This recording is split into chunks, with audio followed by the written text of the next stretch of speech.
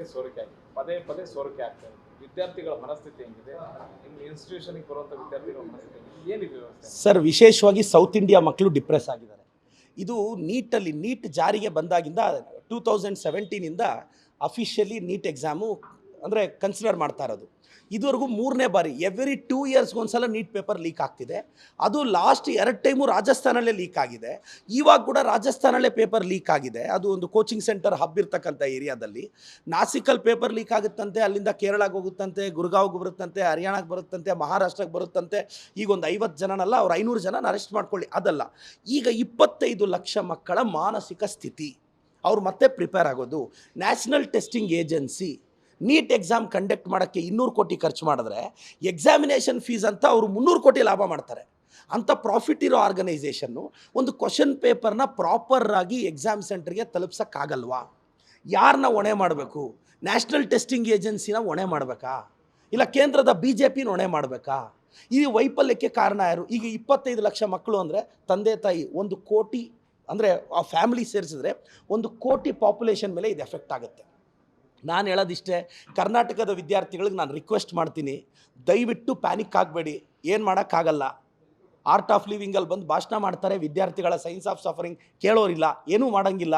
ಅವ್ರಿನ್ನು 15 ದಿನಕ್ಕೆ ನೀಟ್ ನಡೆಸ್ತಾರೋ, 1 ತಿಂಗಳಿಗೆ ನೀಟ್ ನಡೆಸ್ತಾರೋ, ಒಂದು 10-15 ದಿನ ಅಂತೂ ಬೇಕು. ದಯವಿಟ್ಟು ಮೆಂಟಲಿ ಪ್ರಿಪೇರ್ ಆಗಿ. 15 ಡೇಸಿಗೆ ಬಂದರೆ ಹೆಂಗೆ ಓದಬೇಕು, 30 ಡೇಸ್ಗೆ ಬಂದರೆ ಹೆಂಗೆ ಓದಬೇಕು, ಅಕಸ್ಮಾತ್ 45 ಡೇಸ್ಗೆ ಬಂದರೆ ಹೆಂಗೆ ಓದಬೇಕು. ಇವತ್ತಿಂದ ಪ್ರಿಪ್ರೇಷನ್ ಮೋಡಿಗೆ ಬನ್ನಿ. ಡೈಲಿ ಗೂಗಲ್ ಸರ್ಚ್ ಮಾಡಿ ಯಾವಾಗ ಎಕ್ಸಾಮ್ ಅಂತ ತಲೆ ಕೆಡಿಸ್ಕೋಬೇಡಿ. ಆಲ್ ಟಿಕೆಟ್ ರಿಲೀಸ್ ಮಾಡ್ತೀವಿ ಅಂತ ಹೇಳಿದ್ದಾರೆ. ಮತ್ತೆ ನೀವು ಹೊಸದಾಗಿ ಅಪ್ಲಿಕೇಶನ್ ಹಾಕೋ ಅವಶ್ಯಕತೆ ಇಲ್ಲ, ಹೊಸದಾಗಿ ಫೀಸ್ ಕಟ್ಟೋ ಅವಶ್ಯಕತೆ ಇಲ್ಲ. ಆಲ್ರೆಡಿ ನೀವು ಕಟ್ಟಿರೋ ಫೀಸ್ ಏನು 1700 ರೂಪಾಯಿ ಜನರಲ್ ಅವ್ರು ಕಟ್ಟಿದ್ದೀರಾ, 1600 ರೂಪಾಯಿ OBC ಅವ್ರು ಕಟ್ಟಿದ್ದೀರಾ, ಅದು ನಿಮ್ಮ ಅಕೌಂಟಿಗೆ ವಾಪಸ್ ಬರುತ್ತೆ. ಆಲ್ ಟಿಕೆಟ್ಟು ಸೆಂಟರ್ ಒಂದು ಸಲ ಚೆಕ್ ಮಾಡ್ಕೊಳ್ಳಿ. ದಯವಿಟ್ಟು ಪ್ರಿಪೇರ್ ಆಗಿ.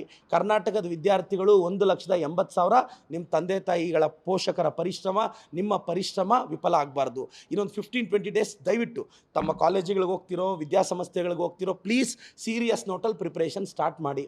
ಈ ಬಾರಿ NT ಅವರು ಟ್ರಾನ್ಸ್ಪರೆಂಟಾಗಿ ನಡೆಸ್ತಾರೆ ಅಂತ ಏನು 10 ದಿನ ಇದ್ದಾಗ NT ಅವರು ಈ ಪಾರ್ಟಿ ಟ್ವೀಟ್ ಮಾಡಿದ್ದು ನಾನು ನೋಡಲೇ ಇಲ್ಲ ಸರ್. ಒಂದು 4 ದಿನ ಇತ್ತು sir exam. We are 10 steps ahead. ನೀವು ಚಿಕ್ಕ ಮಕ್ಕಳಲ್ಲ, ನೀವು ಬೆಳೆದಿದ್ದೀರಾ, ನಾವು ನಿಮಗಿಂತ 10 ಹೆಜ್ಜೆ ಮುಂದೆ ಇದ್ದೀವಿ. ಟ್ವೀಟ್ ನೋಡಬೇಕು sir. State, nation, social media ಎಲ್ಲ ಭಯ ಬಿದ್ದುಬಿಟ್ರು. ಏನಪ್ಪ NT ಅವ್ರು ಹಿಂಗೆ ಟ್ವೀಟ್ ಮಾಡಿದ್ದಾರೆ, ಏನೇನಾಗುತ್ತೋ, ಪೇಪರ್ ಹೆಂಗೆ ಬರುತ್ತೋ. ಒಂದು 5 ಮಾಡಲ್ ಕ್ವಶನ್ಸ್ ಹಾಕಿದ್ರು ಸರ್ NT ಅವರು. ಎಲ್ಲ ಕಾಂಟ್ರವರ್ಸಿ, 5 ಕ್ವಶನ್ನು ಕಾಂಟ್ರವರ್ಸಿ ಇತ್ತು. ಸ್ಟೂಡೆಂಟ್ಸ್ ಎಲ್ಲ ಭಯ ಬಿದ್ದುಬಿಟ್ರು, ಪೇಪರ್ ಹೆಂಗೆ ಬರುತ್ತೋ. ಅವ್ರು ಹೇಳಿದ್ರು high level of security, artificial intelligence. Chairman ಏನು ಹೇಳಿದ್ರು ಗೊತ್ತಾ? ನೀವೇನಾದರೂ ಎಕ್ಸಾಮ್ ಸೆಂಟ್ರಲ್ಲಿ ಒಬ್ಬರನ್ನೊಬ್ಬರು ಮಾತಾಡಿದ್ರೆ ನಮಗೆ ಆರ್ಟಿಫಿಷಿಯಲ್ ಇಂಟೆಲಿಜೆನ್ಸ್ ಮುಖಾಂತರ NTAಗೆ ಮೆಸೇಜ್ ಬಂದುಬಿಡುತ್ತೆ, ನಾವು ಡಿಸ್ಕ್ವಾಲಿಫೈ ಮಾಡಿಬಿಡ್ತೀವಿ ಅಂತೆಲ್ಲ ಹೇಳಿದ್ರು. ನೋಡಿದ್ರೆ ನಾಸಿಕಲ್ಲಿ ಪೇಪರ್ ಲೀಕ್ ಆಗಿದೆ. ಈಗ 45 ಜನನ ಅರೆಸ್ಟ್ ಮಾಡಿದ್ದಾರೆ, 100 ಜನನ ಅರೆಸ್ಟ್ ಮಾಡ್ತಾರೆ. ಆದರೆ ಈಗಿರೋ ಮಕ್ಕಳ ಮಾನಸಿಕ ಸ್ಥಿತಿ ಬಗ್ಗೆ ಪ್ರಶ್ನೆ ಏನೂ ಮಾಡೋಂಗಿಲ್ಲ, ಜಸ್ಟ್ ಆಗಿದೆ. ಈಗ ದಯವಿಟ್ಟು ಕರ್ನಾಟಕದ ವಿದ್ಯಾರ್ಥಿಗಳು, ಪೋಷಕರು ಧೈರ್ಯವಾಗಿ ನಿಮ್ಮ ಮಕ್ಕಳನ್ನ ಓದೋಕ್ಕೆ ಹೇಳಿ, ಓದಿಸಿ. ಮತ್ತೆ ನೀಟ್ ಎಕ್ಸಾಮ್ ಬರುತ್ತೆ. ಈ ಬಾರಿ ಅಂಥ ವೈಫಲ್ಯ ನಡೆಯಲ್ಲ ಅಂತ ಅಂದ್ಕೊಂಡಿದ್ದೀವಿ. ದಯವಿಟ್ಟು ಪ್ಯಾನಿಕ್ ಆಗಬೇಡಿ. ಆಲ್ ದಿ ಬೆಸ್ಟ್ ಅಂತ ಹೇಳಕ್ಕೆ ಬಯಸ್ತೀನಿ ಸರ್.